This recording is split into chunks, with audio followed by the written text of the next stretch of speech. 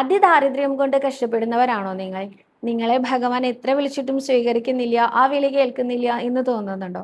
എങ്കിൽ ഇന്നത്തെ വീഡിയോ ഒന്ന് കണ്ടു നോക്കൂ കേട്ടോ.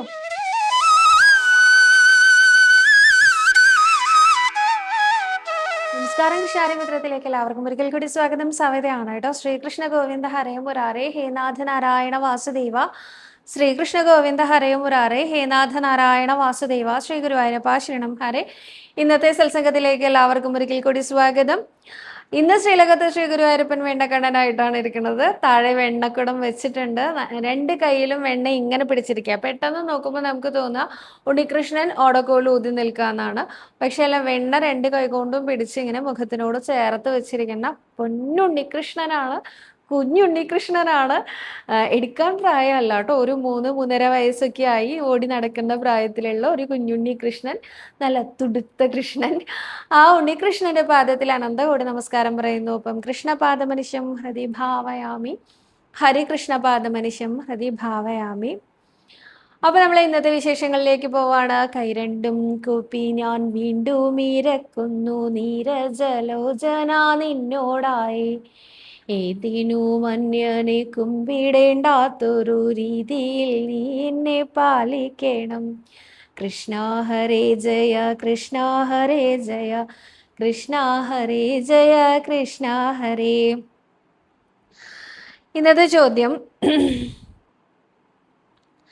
കഴിഞ്ഞ 27 വർഷമായി ഞാനൊരു വയ്യായികയിലൂടെ കടന്നു പോവുകയാണ്. ഓപ്പറേഷൻ കഴിഞ്ഞിട്ടും അതിനൊരു മാറ്റവുമില്ല.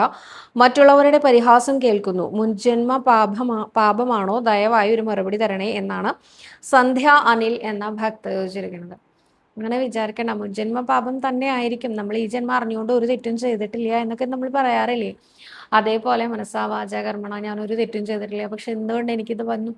ചില ജന്മങ്ങൾ അങ്ങനെയാണ്, അനുഭവിക്കാനായിട്ട് വന്ന് പിറക്കുക എന്നൊക്കെ പറയില്ലേ? പക്ഷെ ഒട്ടും പരിഭ്രമിക്കേണ്ട കേട്ടോ. എത്ര കഠിനമായിട്ടുള്ള വയ്യായികളാണെങ്കിലും ശ്രീ ഗുരുവായൂരപ്പൻ വിചാരിച്ചാൽ മാറ്റിത്തരാൻ പറ്റാത്ത ഒന്നുമില്ല. ഇത്ര വലിയ പാപം ആയിക്കോട്ടെ, ആ പാപമൊക്കെ പരിഹരിക്കാൻ നമ്മുടെ ഉണ്ണികൃഷ്ണനല്ലാതെ വേറെ ആർക്കാ സാധിക്കുക? നാമം ചൊല്ലൂ, വിശ്വാസപൂർവ്വം നാമം ചൊല്ലൂ. എണ്ണാതെ എത്ര നാമം ചെല്ലാൻ പറ്റുമോ അത്രയോ നാമം ചൊല്ലിക്കൊണ്ടേയിരിക്കൂ. ആ പാപങ്ങളൊക്കെ തീരട്ടെ, വേഗം വയ്യായകകളും അസുഖങ്ങളും ഒക്കെ മാറട്ടെ. അസ്മൻ പരാത്മൻ എന്ന് തുടങ്ങുന്ന നാരായണീയത്തിലെ 8ാമത്തെ ദശകത്തിലെ അവസാനത്തെ ശ്ലോകം മുടങ്ങാണ്ട് ചൊല്ലിക്കോളൂ കേട്ടോ. എല്ലാ അസുഖങ്ങളും ഭേദമാക്കി തരട്ടെ.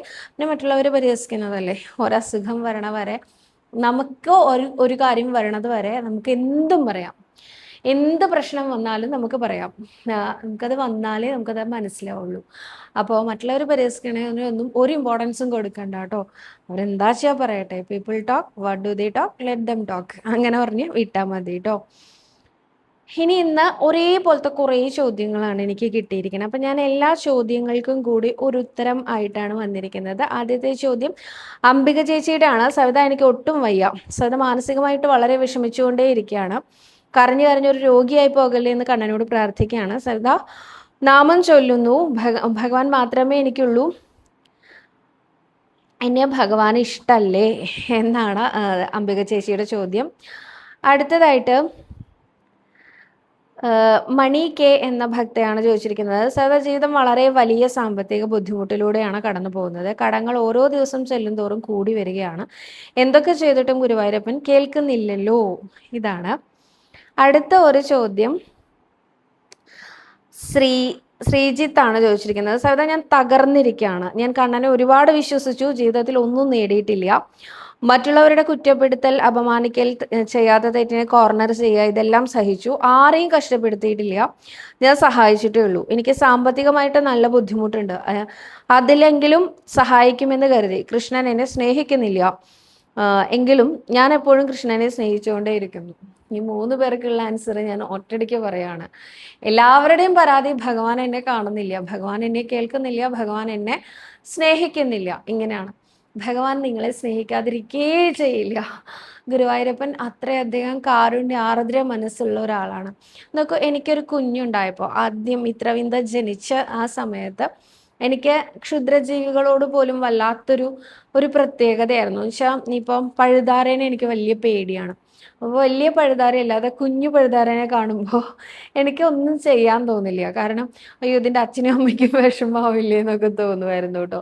ഒരമ്മയായപ്പോൾ എൻ്റെ മനസ്സിന് വന്ന മാറ്റമാണത്. എന്ത് പ്രാണികളെ കണ്ടാലും അത് ചെറിയ ഇൻഫൻറ്റ് ബേബീസ് ആയിട്ട് കണ്ടു കഴിഞ്ഞാൽ എനിക്ക് തോന്നും അയ്യോ എൻ്റെ അച്ഛനും അമ്മയ്ക്കും വിഷമവും. അപ്പം അതിനെ അവിടെ നിന്ന് എങ്ങനെയെങ്കിലും നീക്കം ചെയ്യണം എന്നല്ലാതെ ഒരിക്കലും അതിനെ ഉപദ്രവിക്കണം എന്ന് എനിക്ക് തോന്നാറില്ല. അപ്പം എൻ്റെ ഒരു ഉള്ളിലെ ആർദ്രത കൂടിയതായിട്ട് എനിക്ക് ഫീൽ ചെയ്യാറുണ്ട്. അപ്പോൾ ഒരു അമ്മയുടെ മനസ്സാണെന്ന് ഞാൻ എപ്പോഴും പറയുന്നതിൻ്റെ കാരണവും ഇതുകൊണ്ടാണ്. ശ്രീ ഗുരുവായൂരപ്പന് നമ്മൾ ഓരോരുത്തരും പ്രിയപ്പെട്ടവരാണ്. ഞാൻ എൻ്റെ കൃഷ്ണന് ഏറ്റവും പ്രിയപ്പെട്ടവളാണ് എന്ന് ചിന്തിക്കുന്നിടത്താണ് നമ്മുടെ വിജയം. നമ്മൾ ഓരോ തവണ ഓരോ പ്രശ്നം വരുമ്പോഴും വയ്യ എൻ്റെ ഭഗവാനെ എനിക്ക് ഇനിയും വയ്യ കൃഷ്ണ, എനിക്ക് ഇനിയും ഇങ്ങനെ സങ്കടങ്ങൾ തരരുതേ എന്ന് പ്രാർത്ഥിക്കാറില്ലേ? ആ സമയത്ത് ഭഗവാൻ നമ്മുടെ കൈ ഇങ്ങനെ മുറുക്കി പിടിക്കും, ചേർത്ത് പിടിക്കും. ഭഗവാൻ കാണുന്നേ ഇല്ല എന്ന് നമ്മൾ പറയുന്നു. ഒന്ന് ആലോചിച്ച് നോക്കൂ. ശ്രീ ഗുരുവായൂരപ്പനോടൊപ്പം ബലരാമസ്വാമിയോടൊപ്പം നടുവിലിരുന്ന് പഠിച്ച ആളാണ് സുധാമാവ് എന്നറിയപ്പെടുന്ന നമ്മുടെ സ്വന്തം കുചേലൻ. നമ്മൾ മാത്രമേ അങ്ങനെ പറയുണ്ടാവുള്ളൂ അല്ലേ, കുചേലൻ എന്ന്. എന്തായാലും അദ്ദേഹം നടുവിലിരുന്ന് പഠിച്ച ആളാണ്. ഒടുവിൽ ഗുരുപുത്രനെ സമാനമായിട്ട് ഗുരുദക്ഷിണയായിട്ട് കൊടുക്കുന്ന സമയത്ത് ഉണ്ണി കൃഷ്ണ എൻ്റെ വകയും കൂടിയാണെന്ന് പറയണം, ഈ ഉള്ളവൻ്റെ കയ്യിൽ ഒന്നുമില്ല ഗുരുദക്ഷിണയായിട്ട് കൊടുക്കാൻ എന്ന് പറഞ്ഞപ്പോൾ സംശയമില്ല നമ്മൾ 3 പേരുടെയും കൂടി വകയാണ് എന്ന് പറഞ്ഞിട്ട് 3 പേരും ഒരേ സമയം ഗുരുപുത്രനെ നൽകിക്കൊണ്ട് നമസ്കരിച്ചു അത്രേ. ഗുരുവിന് ഇതിൽ പരം സന്തോഷം ഉണ്ടാവാനില്ല. അദ്ദേഹത്തിൻ്റെ അനുഗ്രഹം നന്നായിട്ട് ലഭിക്കുകയും ചെയ്തതാണ്. അതിനുശേഷം എത്രയോ വർഷക്കാലം, അതായത് കംസവധം കഴിഞ്ഞ ഉടനെ തന്നെയാണ് ഈ ഒരു ഗുരുകുല വിദ്യാഭ്യാസം ഉണ്ടായത്. അതിനുശേഷം ഭഗവാൻ മധുരയിൽ നിന്ന് ദ്വാരകയെ നിർമ്മിച്ചു. ദ്വാരകയിലേക്ക് പോയി രുക്മിണിയാദി എല്ലാ വിവാഹങ്ങളും ചെയ്തു. അനേകം പുത്രന്മാരുണ്ടായി, പുത്രിമാരുണ്ടായി. ഇതൊക്കെ നടന്നു. അതിനുശേഷം എത്രയോ വർഷങ്ങൾക്ക് ശേഷമാണ് വീണ്ടും കുചേലൻ എന്ന സാധു ബ്രാഹ്മണനെ ഭഗവാൻ കാണുന്നതും കൊണ്ടുപോകുന്നതും സ്വീകരിക്കുന്നതും. അത്രയും കാലം അദ്ദേഹത്തിന്റെ സാമ്പത്തിക സ്ഥിതിക്ക് യാതൊരു മാറ്റവും വന്നിട്ടുണ്ടായിരുന്നില്ല. അതികഠിനമായ ദാരിദ്ര്യം അനുഭവിച്ചുകൊണ്ടിരിക്കുകയായിരുന്നു. പക്ഷെ ഒരു നിമിഷം പോലും അദ്ദേഹം ചിന്തിച്ചിട്ടില്ല എൻ്റെ കൃഷ്ണൻ എന്നെ അറിയാത്തത് എന്ന്. ഗുരുവിന്റെ പുത്രനെ ഏതോ ലോകത്ത് പോയി കൂട്ടിക്കൊണ്ടുവന്നത് നേരിട്ട് കണ്ട ആളാണ് അദ്ദേഹം. അപ്പൊ അതുകൊണ്ട് തന്നെ അദ്ദേഹത്തിന് അറിയാം ഭഗവാനാണ്, ഈശ്വരനാണ് എന്ന്.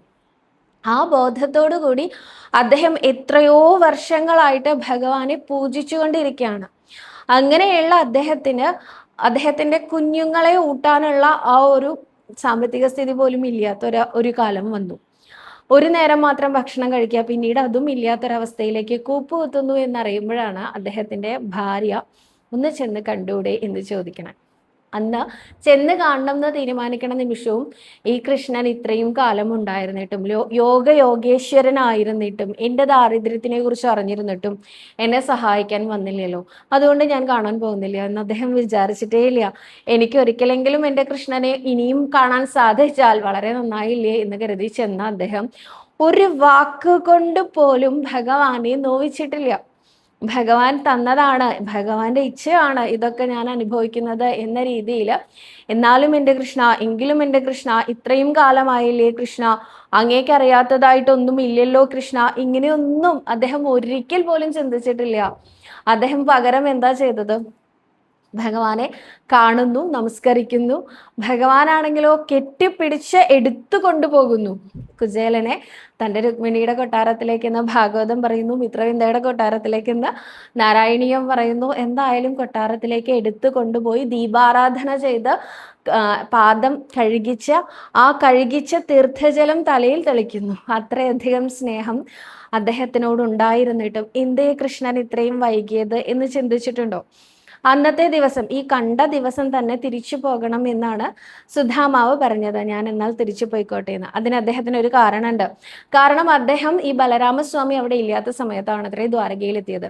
അപ്പൊ അദ്ദേഹം വിചാരിച്ചു കൃഷ്ണൻ ഇങ്ങനെയൊക്കെ ചെയ്തു, ശരി തന്നെയാണ്, കെട്ടിപ്പിടിച്ചു, കയറ്റിയിരുത്തി, വേണ്ട വിധമെല്ലാം ചെയ്തു. പക്ഷെ നാളെ ബലരാമൻ വരും. ബലരാമൻ വന്നു കഴിഞ്ഞാൽ എന്നെ ഈ വേഷത്തിൽ കണ്ടു കഴിഞ്ഞാൽ മനസ്സിലാവും അദ്ദേഹത്തിന് എൻ്റെ കയ്യിൽ ഒന്നുമില്ല എന്ന്. ആ സമയത്ത് അദ്ദേഹം എൻ്റെ അടുത്ത് വന്നിട്ട് ഞാൻ വിചാരിച്ചിരുന്നത് അങ്ങൊരു സാത്വികനാണ് എന്നാണ്. പക്ഷെ അങ്ങനെയല്ല അല്ലേ? അങ്ങേക്ക് ധനമോഹം കൊണ്ട് വന്നതാണോ എന്നെങ്ങാനും ചോദിച്ചാലോ എന്ന് പേടിച്ചിട്ട് അദ്ദേഹം പറഞ്ഞു എനിക്ക് ഇന്ന് തന്നെ പോകണമെന്ന്. കൃഷ്ണനും പറഞ്ഞു അങ്ങ് ഇന്ന് തന്നെ പോയിക്കോളൂ എന്ന്. അതിന് കൃഷ്ണനും ഒരു കാരണമുണ്ട്. അതെന്താണെന്നറിയോ? ഇങ്ങനെ ഈ കോലത്തിൽ സുധാമാവിനെ കണ്ടു കഴിഞ്ഞാൽ എന്തേ കൃഷ്ണ ഇത്രയും കാലം അനുഗ്രഹിക്കാഞ്ഞത് എന്ന് ചോദിച്ച് തന്നെ ശകാരിക്കാനുള്ള സാധ്യതയുണ്ട് എന്ന് കരുതി അന്ന് തന്നെ പറഞ്ഞയച്ചു. എന്നാൽ തിരിച്ചു ചെന്ന കുചേലന്റെ അവസ്ഥ എന്താണെന്നുള്ളത് നമ്മൾ എല്ലാവർക്കും അറിയാം അല്ലെ. ഇന്നും നമ്മൾ വളരെ സന്തോഷപൂർവ്വം ആ കഥയൊക്കെ അനുസ്മരിക്കാറുണ്ട്. അപ്പോൾ എനിക്ക് പറയാനുള്ളത് വിശ്വാസപൂർവ്വം കാത്തിരിക്കൂ. ഒട്ടും മടിക്കരുത്. നിങ്ങളുടെ വിശ്വാസത്തിന് ഒരു ഇഞ്ച് പോലും കുറവ് വരരുത്. നമ്മുടെ ഉണ്ണികൃഷ്ണനാണ് നമുക്ക് വേണ്ടതെല്ലാം വേണ്ട സമയത്ത് തരുന്ന നമ്മുടെ ഉണ്ണികൃഷ്ണന് വേണ്ടി കാത്തിരിക്കൂ, കാത്തിരിക്കൂ, കാത്തിരിക്കൂ. ഇതാണ് എനിക്ക് പറയാനുള്ളത് കേട്ടോ. അടുത്ത ചോദ്യം. ഒരു മിനിറ്റ്, ഞാൻ ചേച്ചിനെ ഒന്ന് വിളിച്ചിട്ട് അടുത്ത ചോദ്യം പറയാം. അടുത്തതായിട്ട് അംബിക ചേച്ചിയുടെ തന്നെ ഒരു ചോദ്യമാണ്. ജപമാല എന്ന് പറഞ്ഞത് എനിക്ക് മനസ്സിലായില്ല. അതെവിടെയാണ് കിട്ടുക? ഗുരുവായൂരാണോ? ഇത് നാമം എണ്ണാനാണോ ഉപയോഗിക്കുന്നത്? ക്രിസ്ത്യൻസ് ഒക്കെ പിടിച്ചിരിക്കുന്നത് പോലെയാണോ അറിയാത്തത് കൊണ്ട് ചോദിച്ചതാണ്. ജപമാല ക്രിസ്ത്യൻസിന് മാത്രമല്ല, നമുക്കും ഉണ്ട് ജപമാല. എണ്ണം പിടിക്കാൻ തന്നെയാണ് 108 ഗുരു, തുളസി ഗുരു എന്നുള്ള തുളസിമാല എന്നാ പറയുക. അങ്ങനെയുള്ള മാലകളുണ്ട്. തുളസിമാലയല്ല, വേറെയും ഉണ്ട് ജപമാല എന്ന് പറഞ്ഞ് 108 ഗുരുവിൻ്റെ മാല. ഞാൻ കാണിച്ചു തരാമായിരുന്നു, എൻ്റെ കയ്യിലുണ്ട് ഇപ്പോൾ. പക്ഷെ എനിക്ക് അതിൻ്റെ നിയമങ്ങളൊന്നും അറിയില്ല കേട്ടോ. കാരണം ഇസ്കോൺ ഫോളോവേഴ്സ് സ്ഥിരമായിട്ട് ഈ ജപമാല ഉപയോഗിച്ച് ജപിക്കുന്നവരാണ്. പിന്നെ എണ്ണം പിടിക്കാൻ എന്നുള്ള രീതിയിൽ മാത്രം ഞാനടക്ക് ആ മാലയൊക്കെ എടുക്കാറുണ്ട്. ഞാൻ അവരുടെ ആ ഒരു രീതി ഫോളോ ചെയ്യാറില്ല. കാരണം ഒരു ചൂണ്ടുവിരൽ മാത്രം പുറത്തിട്ട് ബാക്കി ഈ വിരലിലൂടെ വേണം ജപിക്കാനെന്നും ബാക്കിയെല്ലാം ജപസഞ്ചിയിൽ വേണം, കൈ പുറത്തേക്ക് കാണിക്കരുത്, അങ്ങനെയൊക്കെ എന്തൊക്കെയോ നിയമങ്ങളുണ്ട്. എനിക്ക് അതിൻ്റെ വശങ്ങൾ അറിയില്ല. പക്ഷെ ജപമാല നമുക്കും ഉണ്ട് കേട്ടോ. അടുത്തതായിട്ട് മാധവി എന്ന ഭക്തയാണ് ചോദിച്ചിരിക്കുന്നത്, ആടിയ എണ്ണ ഉള്ളിലേക്ക് സേവിക്കാൻ പാടുമോ എന്ന്. തീർച്ചയായിട്ടും ഒരു ഡ്രോപ്പൊക്കെ മതി, ഒരുപാട് സേവിക്കരുത്. ഒരു ഡ്രോപ്പൊക്കെ രാവിലെ വെറും വയറ്റിൽ സേവിക്കുന്നത് നല്ലതാണെന്ന് കേട്ടിട്ടുണ്ട് കേട്ടോ. അടുത്തതായിട്ട് കൃഷ്ണനാട്ടംകളി കഴിപ്പിച്ചാൽ എന്താണ് പ്രസാദമായിട്ട് കിട്ടുക? ഞാൻ കഴിപ്പിച്ചിരുന്നു, പക്ഷെ പ്രസാദം ഒന്നും വാങ്ങിയിട്ടില്ല, അറിയില്ലായിരുന്നു എന്നാണ്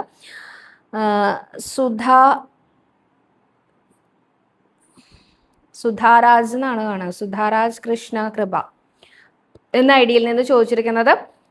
അതിനൊരു കിറ്റ് കിട്ടും കേട്ടോ, പ്രസാദ കിറ്റ് കിട്ടും. നമ്മൾ നെയ്വിളക്ക് ഷീട്ടാക്കുമ്പോഴും ഒരു പ്രസാദ കിറ്റ് കിട്ടും. അതുപോലെ തന്നെ കൃഷ്ണനാട്ടങ്ങളിക്കും ഒരു പ്രസാദ കിറ്റ് കിട്ടും. അതിൽ വെണ്ണയും പഴമഞ്ചസാരയും അതുപോലെ തന്നെ ഒരു കളഭവും, ഇത്രയാണ് ആ കിറ്റിൽ ഉണ്ടാവുക കേട്ടോ.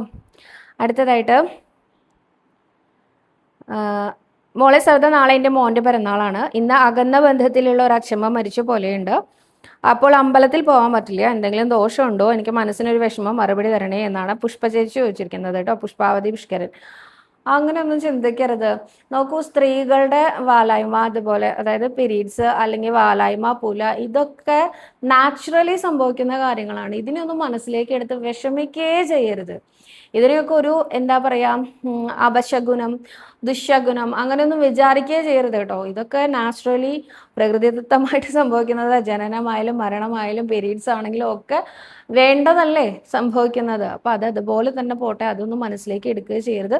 നാരായണനാമം നല്ലോണം ജപിച്ചോളൂ കേട്ടോ. അടുത്തതായിട്ട് മോളെ, എൻ്റെ മോളുടെ കുട്ടിക്ക് ഓക്കെ, അത് ഇന്നലെ ഞാൻ വായിച്ച ചോദ്യമാണ് കേട്ടോ. അതാണ് വീണ്ടും ഞാൻ വായിക്കാൻ തുടങ്ങിയത്. ഗുരുവായൂരപ്പൻ്റെ ചാർത്തിയ പട്ട് കിട്ടാൻ എന്ത് ചെയ്യണം എന്ന് പറഞ്ഞു തരാമോ എന്നാണ് നിത എന്ന ഭക്ത ചോദിച്ചിരിക്കുന്നത്. അത് നമ്മുടെ ഭാഗ്യം പോലെ ഇരിക്കുന്നു മാത്രമേ എനിക്ക് പറയാൻ പറ്റുള്ളൂ കേട്ടോ.